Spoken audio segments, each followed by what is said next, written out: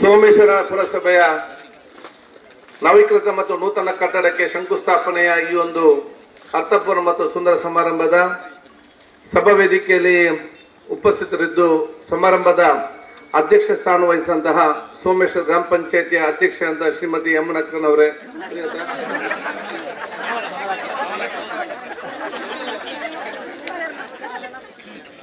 ಕಮಲರ್ದಲ್ಲ ಯಮುನನೇ ಡೆಬ್ಬುದಾರ ಮಂದೇಶ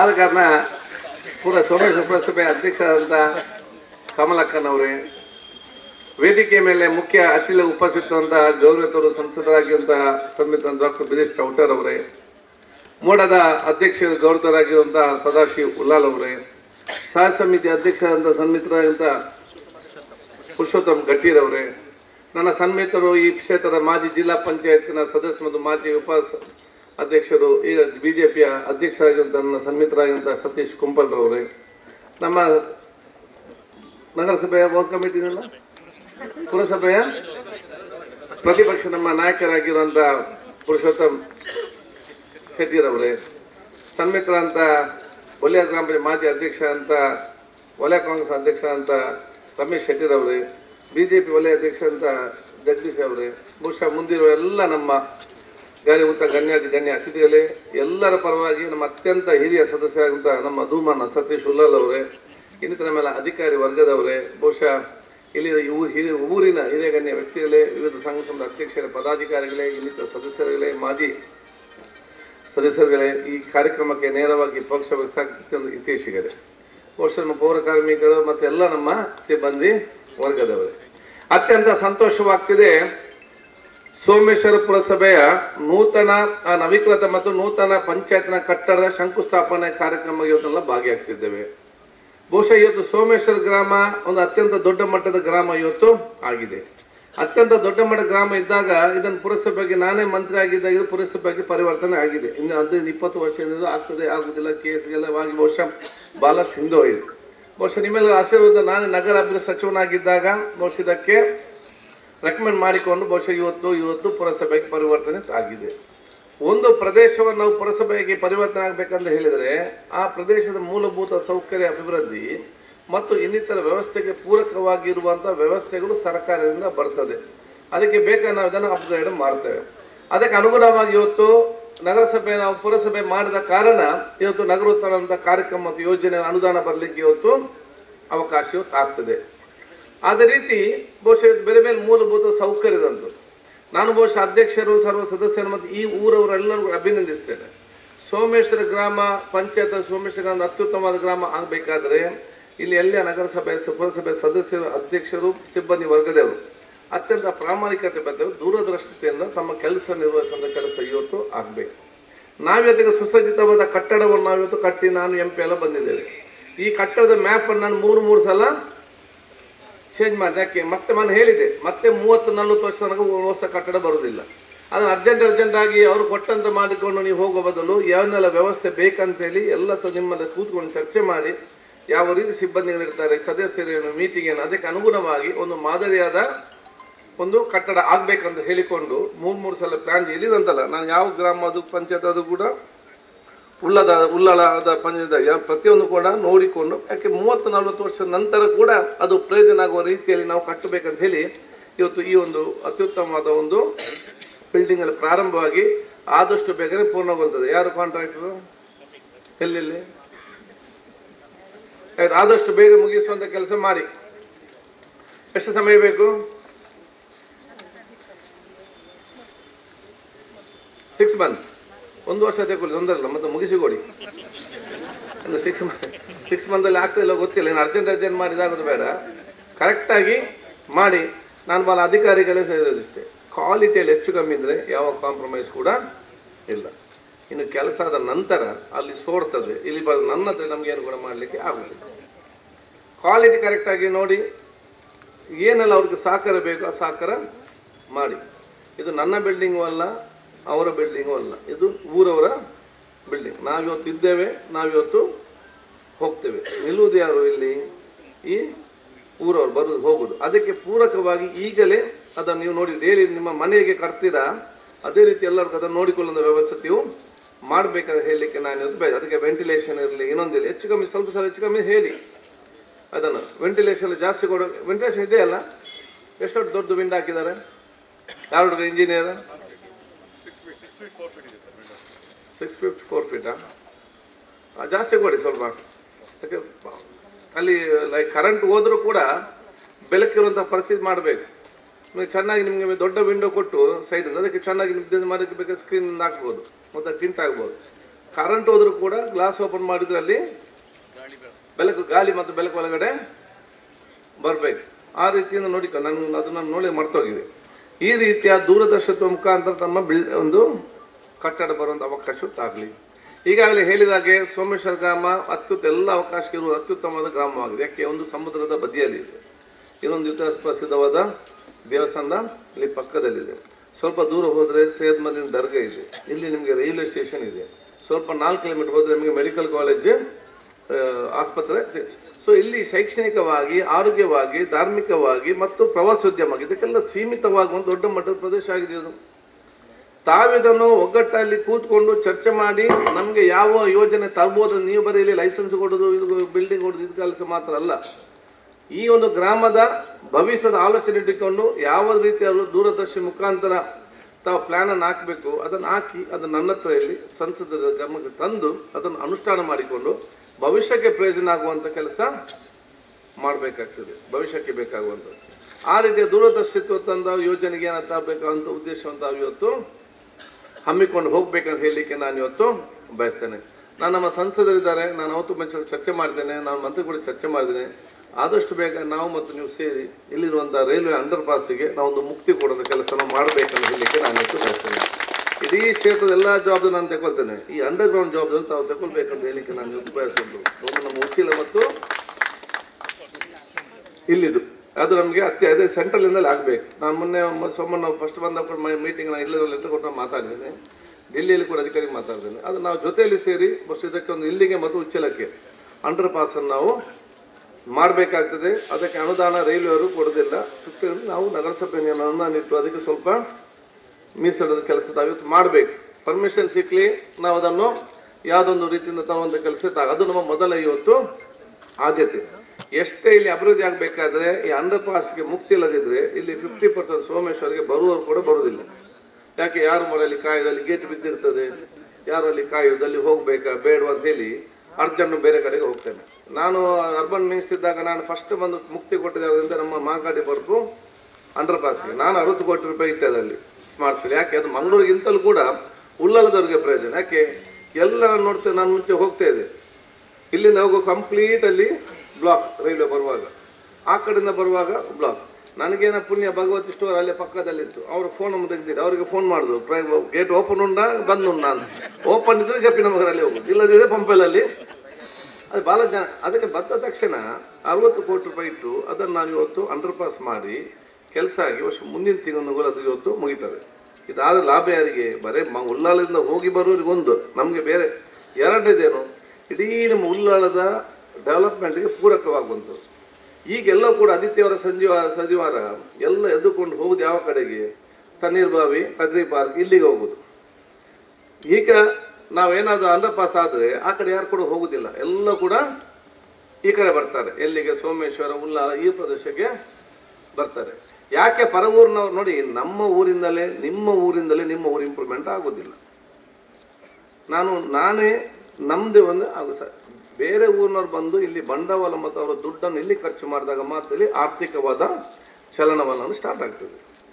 ಆರ್ಥಿಕವಾದ ಚಲನವಲನಗಳು ಎಲ್ಲಿ ಆರ್ಥಿಕತೆಯ ಟರ್ನಿಂಗ್ ಇದೆಯಾ ಎಕಾನಮಿಕ್, ಅಲ್ಲಿ ಮಾತ್ರ ಊರು ಇಂಪ್ರೂವ್ಮೆಂಟ್ ಆಗೋದು. ಆ ಕಡೆ ಇಲ್ಲಿ ರಿಕ್ಷಾದವರಿಗೆ, ಅಂಗಡಿಯವರಿಗೆ, ಚರ್ಮರಿ ಅಂಗಡಿಯವರಿಗೆ, ಅವರಿಗೆ ಎಲ್ಲರೂ ಕೂಡ ವ್ಯಾಪಾರ ಆಗ್ತದೆ. ಅವ್ರ ವ್ಯಾಪಾರ ಆದ ಅವ್ರು ಹೋಗಿ ಪಕ್ಕದ ಅವ್ರ ಮಕ್ಕಳಿಗೆ ಇನ್ನೊಂದು ತಗೊಳ್ತಾರೆ. ಅವರು ಈ ರೀತಿಯ ಫೈನಾನ್ಷಿಯಲ್ ಟ್ರಾನ್ಸಾಕ್ಷನ್ ಎಲ್ಲಿ ಆಗ್ತದೆ ಅಲ್ಲಿ ಮಾತ್ರ ಡೆವಲಪ್ಮೆಂಟ್ ಆಗೋದು ಹೊರತು ನಾವೆಲ್ಲಿ ಮಾತ್ರ ನಮ್ಗೆ ಏನು ಮಾಡಲಿಕ್ಕೆ ಸಾಧ್ಯ? ಎಷ್ಟು ಮಾಡ್ಬೋದು? ಬೇರೆ ಊರಿನವ್ರು ಬಂದು ಇಲ್ಲಿ ಬಂಡವಾಳ ಆಗಬೇಕು, ಬೇರೆ ಊರಿನಲ್ಲಿ ಬಂದು ದುಡ್ಡು ಖರ್ಚು ಮಾಡಬೇಕು, ಬೇರೆ ಪ್ರವಾಸೋದ್ಯಮದವರು ಬೇರೆ ಮಾಡುವಂಥ ದುಡ್ಡನ್ನು ಈ ಊರಲ್ಲಿ ಖರ್ಚು ಮಾಡಬೇಕು. ಎಲ್ಲರ ಕಿಸೆಯಲ್ಲಿ ದುಡ್ಡು ಟರ್ನ್ ಓವರ್ ಆಗ್ತಾ ಇರಬೇಕು. ಆವಾಗ ಮಾತ್ರ ಒಂದು ಊರು ಇಂಪ್ರೂವ್ಮೆಂಟ್ ಆಗಲಿಕ್ಕೆ ಸಾಧ್ಯವಾಗ್ತದೆ. ಅದಕ್ಕೆ ನಾವು ಹೇಳ್ತೇವೆ, ಎಕನಾಮಿಕ್ ಟ್ರಾನ್ಸಾಕ್ಷನ್ ಆಗುವಂಥ ಪರಿಸ್ಥಿತಿ ಆಗಬೇಕು. ದುಡ್ಡು ಇಲ್ಲೇ ಸುತ್ತಾಡ್ತಾ ಬರ್ಬಂತ ಖರ್ಚಿಲಿ ಮಾಡೋದು ವಿಚಾರ ಇವತ್ತು. ಅದಕ್ಕೆ ಎಷ್ಟು ಜನ ಇಲ್ಲಿ ಬರೋಕ್ಕೆ ಸಾಧ್ಯ ಇದೆ, ಎಷ್ಟು ಜನ ಇವತ್ತು ಹೋಗಲಿಕ್ಕೆ ಸಾಧ್ಯ ಇದೆ, ಆ ದೊಡ್ಡ ಮಟ್ಟದ ವಾತಾವರಣ ಕಲ್ಪಿಸುವ ಜವಾಬ್ದಾರಿ ಅದು ನಿಮ್ಮ ಊರವರ ಜವಾಬ್ದಾರಿ ಅಂತ ಹೇಳಲಿಕ್ಕೆ ನಾನು ಇವತ್ತು ಬಯಸ್ತೇನೆ. ಅದು ನಿಮ್ಮ ಊರವರ ಜವಾಬ್ದಾರಿ. ಪ್ರವಾಸೋದ್ಯಮಕ್ಕೆ ಬರಲಿ, ಬೀಚಿಗೆ ಬರಲಿ, ಎಲ್ಲಿಗೆ ಬರಲಿ, ಎಲ್ಲರಿಗೂ ಫ್ರೀ ಮೈಂಡಲ್ಲಿ ಬಂದು ಇಲ್ಲಿ ಅವ್ರ ಸಮಯವನ್ನು ಕಳೆದುಕೊಂಡು ಇಲ್ಲಿ ದುಡ್ಡು ಖರ್ಚು ಮಾಡೋದು ವ್ಯವಸ್ಥೆ ಮಾಡೋದು. ಯಾಕೆ ಇವತ್ತು ಕೇರಳ ಮತ್ತು ಇಲ್ಲಿ ಗೋವಾದಲ್ಲಿ ಅಲ್ಲಿ ಅವ್ರ ಇನ್ಕಮ್ ಉಂಟಾ? ಬರೀ ಟೂರಿಸಮ್ ಯಾರು ಅವರು ಖರ್ಚು ಮಾಡೋದು? ಊರವರು ಬೆಂಗಳೂರಿಂದ ಫ್ಲೈಟಲ್ಲಿ ಬಂದು KSI ಬೇಕಲ್ಲಿಗೆ ಹೋಗ್ತಾರೆ, ಬರೋದು ಮಂಗಳೂರು ಏರ್ಪೋರ್ಟಿಗೆ. ನಮಗೆ ಸೂಕ್ತವಾಗಿ ಬರುವುದೇ ಇಲ್ಲ, ಅವ್ರು ಸೀದಾ ಬೇಕಲ್ಲಿ ಏರ್ಪೋರ್ಟಿಗೆ ಹೋಗ್ತಾರೆ. ಎಷ್ಟೊಂದು ನಮಗೆ ಇದು ನೋಡಿ.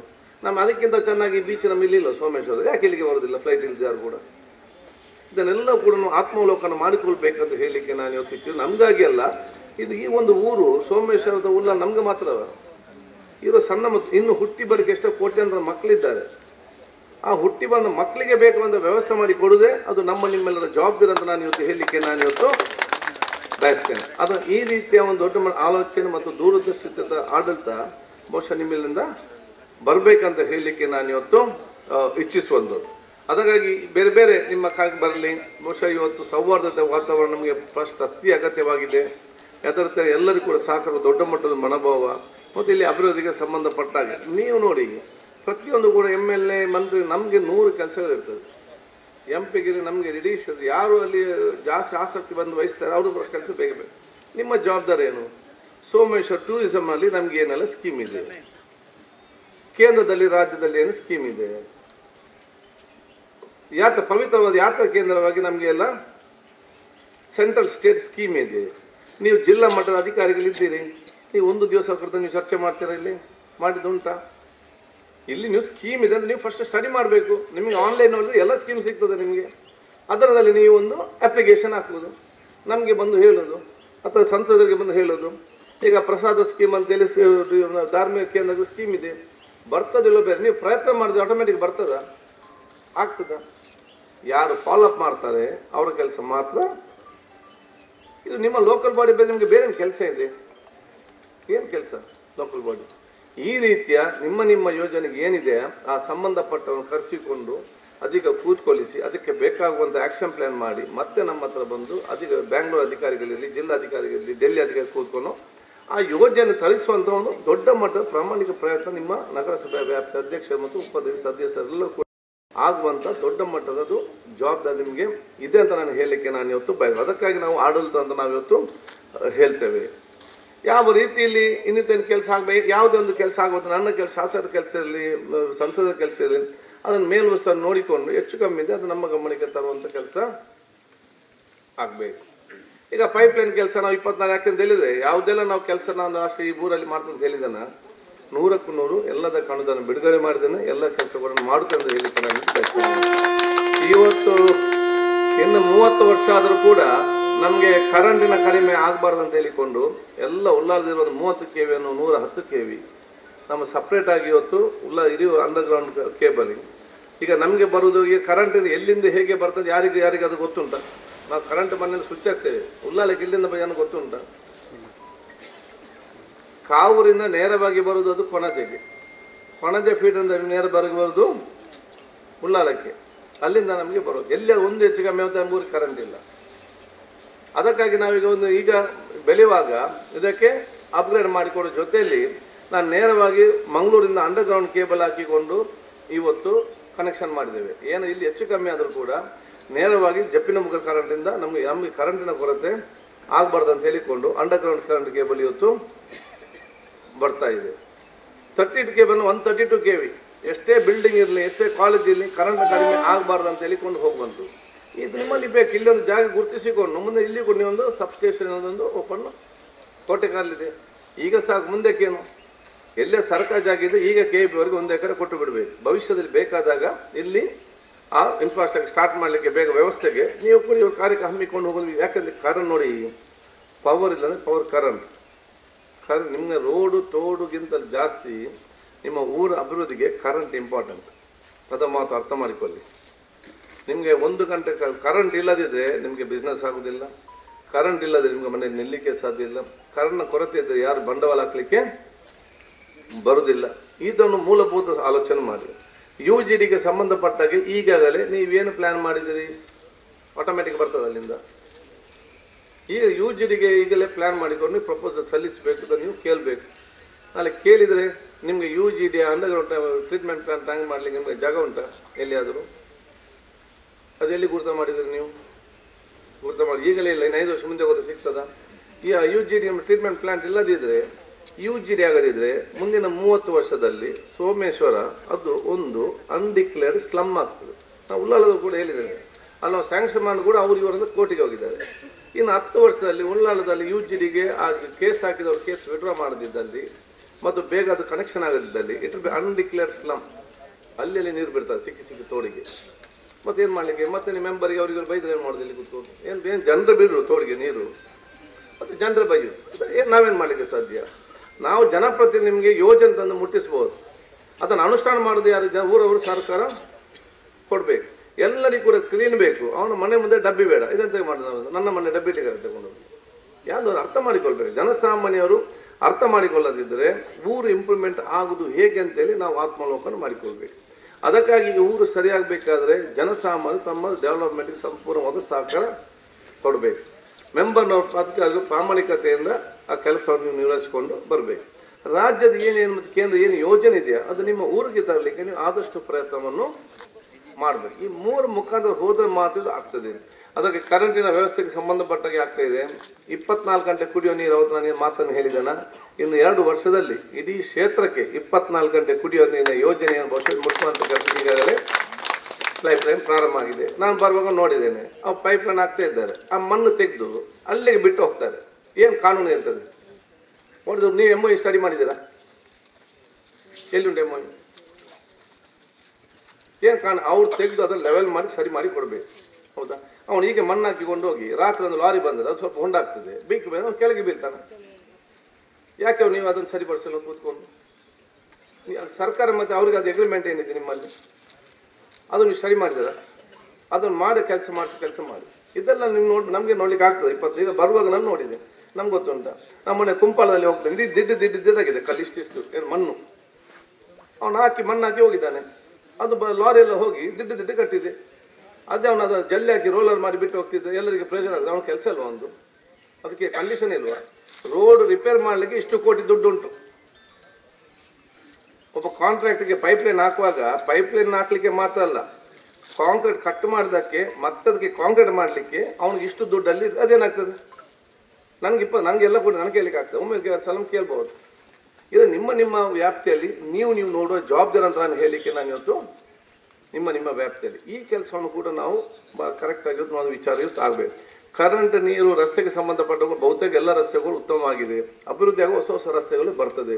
ಸೊ ಬಹುತೇಕ ಯಾವುದೆಲ್ಲ ರಸ್ತೆಗಳು ಹೇಳಿದೆ ಆ ಎಲ್ಲ ರಸ್ತೆ ಕೂಡ ಇವತ್ತು ನನ್ನ ಶಾಸಕರದಲ್ಲಿ ಬೇರೆ ಬೇರೆ ಸ್ಕೀಮ್ ಇರಲಿ, ನಗರೋತ್ಥಾನದಲ್ಲಿ ಅದನ್ನು ಕೂಡ ನಾವು ಇವತ್ತು ಬಿಡುಗಡೆ ಮಾಡಿ ಕೆಲಸ ಇವತ್ತು ಆಗ್ತದೆ. ಆದ ಕಾರಣ ನಿಮ್ಗೆಲ್ಲರಿಗೂ ನಾನು ಜಾಸ್ತಿ ಹೆಚ್ಚು ಮಾತಾಡದೆ ನಿಮಗೆಲ್ಲ ಅಭಿನಂದನಾ ಶುಭಾಶಯ ನಾನು ಇವತ್ತು ಸಲ್ಲಿಸಿಕೊಂಡು ಒಂದು ಮಾದರಿಯಾದ ಒಂದು ಸೋಮೇಶ್ವರ ಗ್ರಾಮ ಪಂಚಾಯತ್ ಕಟ್ಟಡದಲ್ಲಿ ಬರುವಂಥ ಒಂದು ಆಗಲಿ, ಬೇರೆ ಬೇರೆ ಊರವ್ರು ಬಂದು ಇಲ್ಲೇ ನಗರಸಭೆ ಕಟ್ಟಡ ನೋಡಿಕೊಂಡು ಹೋಗುವಂಥ ವ್ಯವಸ್ಥೆ ತಾವೆಲ್ಲ ಕೂಡ ಇವತ್ತು ಮಾಡುವಂಥ ಅವಕಾಶ ಆಗಬೇಕು. ಕಟ್ಟಡವು ಚಂದ ಹೋದ ತಕ್ಷಣ ಊರು ಚಂದ ಆಗುವುದಿಲ್ಲ.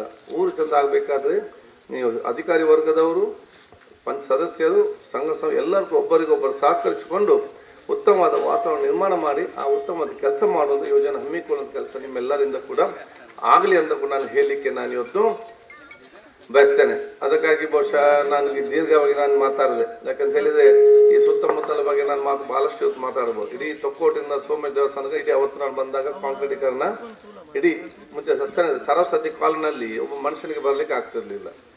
ಅಲ್ಲಿ ಕಟ್ಟಿಸ ಇಡೀ ಅಲ್ಲಿಂದ ತೊಕ್ಕೋಟಿಂದ ಹಿಡಿದು ಸೀದಾ ದೇವಸ್ಥಾನ ಮಾತ್ರ ಪಕ್ಕದ ಎಲ್ಲ ರಸ್ತೆ ಕಾಂಕ್ರೀಟೀಕರಣ ಮಾಡಿದ್ದೇವೆ.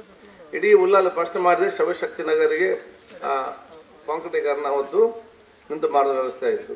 ರೈಲ್ವೆ ಟ್ರ್ಯಾಕಿಂದ ನೇರವಾಗಿ ಅಲ್ಲಿ ಕೂಡ ಮುಂಚೆ ಹೋಗ್ತಿಗೆ ಆಗ್ತಿರಲಿಲ್ಲ. ಸೊ ಏನೆಲ್ಲ ಸುತ್ತಮುತ್ತ ಏನೆಲ್ಲ ಇದೆ ಬಹುತೇಕ ಎಲ್ಲ ವಿಚಾರಗಳು ನನಗೆ ಭಾಳ ಚೆನ್ನಾಗಿ ಗೊತ್ತಿರುವಂಥ ಒಂದು ವಿಚಾರ ಇವತ್ತು ಆಗ್ತದೆ. ನೀವೆಲ್ಲ ಒಟ್ಟು ಸೇರಿ ದೊಡ್ಡ ಮಟ್ಟದ ಆಲೋಚನೆ ಮಾಡಿ ಇದನ್ನು ಹೇಗೆ ನಮ್ಮ ಮುಂದೆ ಮಾದರಿಯಾಗಿ ಆಲೋಚನೆ ಮಾಡಿ ನಮಗೆ ನಮ್ಮ ಮನವಿ ಅಥವಾ ನಿಮ್ಮ ಬೇರಿಗೆ ಇಟ್ಟುಕೊಳ್ಳಿ. ನಾನಿರಲಿ, ಸಂಸದೆ, ನಾವೆಲ್ಲ ಜನಪ್ರತಿನಿಧಿಗಳು ನಾವೆಲ್ಲ ಕೆಲಸವನ್ನು ಖಂಡಿತವಾಗಿ ನಾವು ಮಾಡ್ತೇವೆ. ನಾನೊಂದು ಮಾತು ಭಾಳ ಸ್ಪಷ್ಟವಾಗಿ ಹೇಳಿದ್ದೇನೆ. ನನಗೆ ರಾಜ್ಯಕ್ಕೆ ಚುನಾವಣೆಗೆ ಬಂದಾಗ ಮಾತ್ರ ರಾಜ್ಯಕ್ಕೆ, ಚುನಾವಣೆ ಆದ ನಂತರ ನಾವು ಬಹುಶಃ ನಮ್ಮ ಕ್ಷೇತ್ರದ ಅಭಿವೃದ್ಧಿ ಮಾತ್ರ ನಮಗೆ ಮುಖ್ಯ. ಅದಕ್ಕೆ ನಾವೆಲ್ಲರೂ ಕೂಡ ಜೊತೆಯಾಗಿ ನಾವು ಕೆಲಸ ಮಾಡೋದ ಅವಕಾಶ ನಾವು ಮಾಡ್ತೇವೆ. ಅದಕ್ಕೆ ನಿಮ್ಮಲ್ಲಿ ಮನೆಯಲ್ಲಿ ಬೇರೆ ಬೇರೆ ಚಾನಲ್ ಇದೆ, TV ಚಾನಲ್ ಇದೆ, ನ್ಯೂಸ್ ಚಾನಲ್ ಇದೆ, ಮತ್ತು ಎಂಟರ್ಟೈನ್ಮೆಂಟ್ ಚಾನಲ್, ಬೇರೆ ಒಂದು ಸ್ಪೋರ್ಟ್ಸ್ ಚಾನಲ್ ಇದೆ, ಬೇರೆ ಬೇರೆ ಚಾನಲ್ ಇದೆ ಅಲ್ಲ. ನಿಮ್ಗೆ ಯಾವಾಗ ಬೇಕಾದ ಆ ಚಾನಲ್ ಚೇಂಜ್ ಮಾಡ್ತೀವಿ. ಅದಕ್ಕೆ ನಾನು ಹೇಳುವಂಥದ್ದು, ರಾಜಕೀಯದ ಚಾನಲ್ ಚೇಂಜ್ ಮಾಡಿ, ಬರೀ ಡೆವಲಪ್ಮೆಂಟ್ ಚಾನಲ್ ಮಾತ್ರ ನೋಡಿ, ಆವಾಗ ಮಾತ್ರ ಡೆವಲಪ್ಮೆಂಟ್ ಆಗುತ್ತೆ. ಮತ್ತು ಪ್ರತಿಯೊಂದಕ್ಕೂ ನೀವು ರಾಜಕೀಯ ನೋಡಿಕೊಂಡು ಹೋದರೆ ನಿಮ್ಗೇನು ಕೆಲಸಗಳನ್ನ ಮಾಡಲಿ ಯಾರಿಂದಲೂ ಆಗೋದಿಲ್ಲ, ನಿಮ್ಗೆ ಅದೇನು ಪ್ರಯೋಜನ ಕೂಡ ಇರುವುದು ಕೂಡ ಇಲ್ಲ. ಹಂಗೆ ಆಗ್ಬೋದಂತೆ ಆಗುವಂಥದ್ದು. ಅದಾಗ ನಿಮಗೆಲ್ಲರಿಗೂ ನನ್ನ ಶುಭಾಶಯ ನಾನು ಇವತ್ತು ಸಲ್ಲಿಸಿಕೊಂಡು, ನಾವೆಲ್ಲರೂ ಕೂಡ, ನಾನಿರಲಿ, ಸಂಸದೆ, ನಾವೆಲ್ಲರೂ ಕೂಡ ನಿಮ್ಮ ಜೊತೆಯಲ್ಲಿ, ನಗರಸಭೆ ಅಧ್ಯಕ್ಷರು, ಸರ್ವ ಸದಸ್ಯರು, ಈ ಊರ ಅಧಿಕಾರಿ, ಊರವರ ಜೊತೆಯಲ್ಲಿ ನಾವೆಲ್ಲರೂ ಕೂಡ ಇವತ್ತು ಇದ್ದೇವೆ ಅಂತ ಹೇಳಿಕೊಳ್ಳಲ್ಲ. ನಾವೆಲ್ಲರೂ ಕೂಡ ಜೊತೆಯಲ್ಲಿ ಮುಂದೆ ಹೋಗುವ, ನಾವು ಮುಂದೆ ಹೋಗುವ ಸಂದರ್ಭದಲ್ಲಿ ಯಾರು ಹಿಂದೆ ಉಳಿದಿದ್ದಾರೆ ಅವರ ಕೈ ಹಿಡಿದು ಮುಂದೆ ತಗೊಂಡು ಜವಾಬ್ದಾರಿ ನಾವೆಲ್ಲ ಇವತ್ತು ಹಮ್ಮಿಕೊಳ್ಳುವಂತ ನಾನು ಹೇಳಿಕೊಳ್ತಾ, ಮತ್ತೊಮ್ಮೆ ನಿಮಗೆಲ್ಲ ನನ್ನ ಶುಭಾಶಯ ನಾನು ಇವತ್ತು ಸಲ್ಲಿಸಿಕೊಂಡು, ಜಾಸ್ತಿ ಜನ ಅಟ್ರಾಕ್ಷನ್ ಆಗೋ ರೀತಿಯಲ್ಲಿ ಬೇರೆ ಬೇರೆ ನೀವು ಹಮ್ಮಿಕೊಳ್ಳಿ. ನಗರಸಭೆ, ನನಗೆ ಇನ್ನೊಮ್ಮೆ ಒಂದು ಮಾತಾಡ್ತೇನೆ, ನೀವು ಬೀಚ್ ಇದೆ, ಒಂದು ಎಲ್ಲ ಒಂದು ಸಂಘಟನೆ ಒಂದು ಆಹಾರ ಮೇಳ ಮಾಡುವಂಥದ್ದು, ಅದೊಂದು ಕಲ್ಚರಲ್ ಪ್ರೋಗ್ರಾಮ್ ಆಗುವಂಥದ್ದು, ವರ್ಷಕ್ಕೆ ಒಂದು ದಿವಸ ಸೋಮೇಶ್ವರ ಉತ್ಸವ ಅಂತೇಳಿ ಅಲ್ಲಿ ಬೀಚಲ್ಲಿ ಒಂದು ಕಾರ್ಯಕ್ರಮ ಹಮ್ಮಿಕೊಳ್ಳುವಂಥದ್ದು. ಆಗ ಜನ ಬರ್ತಾರೆ, ಒಮ್ಮೆ ಬಂದು ಮತ್ತೆ ಬರ್ತಾರೆ, ಅದು ಯಾರು ಬರ್ತಾರೆ? ಸೊ ಇದನ್ನೆಲ್ಲ ಕೂಡ ನೀವು ದೂರದರ್ಶನ ಆಲೋಚನೆ ಮಾಡಿಕೊಂಡು ನೀವೆಲ್ಲರೂ ಕೂಡ ಅನುಷ್ಠಾನ ಮಾಡಬೇಕಂತ ಹೇಳಿಕೊಳ್ತಾ, ನಿಮ್ಗೆಲ್ಲರಿಗೂ ನನ್ನ ಶುಭಾಶಯ ಸಲ್ಲಿಸಿಕೊಂಡು, ನಿಮ್ಮೆಲ್ಲರ ಆಶೀರ್ವಾದ ನಾನು ಬೇಡಿಕೊಳ್ಳುತ್ತಾ, ದೇವರ ಹೆಸರಲ್ಲಿ ನಾನು ಶಂಕುಸ್ಥಾಪನೆ ಮಾಡ್ತಾ ಇದ್ದೆ ಅಂತ ಹೇಳಿಕೊಳ್ತಾ ನನ್ನ ಮಾತು ಮುಗಿಸ್ತೀನಿ. ಮತ್ತು ಮತ್ತೊಮ್ಮೆ ಆ ಕಾಂಟ್ರಾಕ್ಟರ್, ಇಂಜಿನಿಯರ್ ಎಲ್ಲರಿಗೂ ಕೂಡ ಬಹುಶಃ ಕರೆಕ್ಟಾಗಿ ಅದು ಕೆಲಸ ಮಾಡಿ ತಾವೆಲ್ಲ ಅದಕ್ಕೆ ಸಹಕಾರ ಕೂಡ ಕೆಲಸ ಇವತ್ತು ಆಗಲಿ ಅಂತ ಹೇಳಿಕೊಂಡು ಮಾತು ಮುಗಿಸ್ತೀನಿ. ಜೈ ಹಿಂದ್, ಜೈ ಕರ್ನಾಟಕ.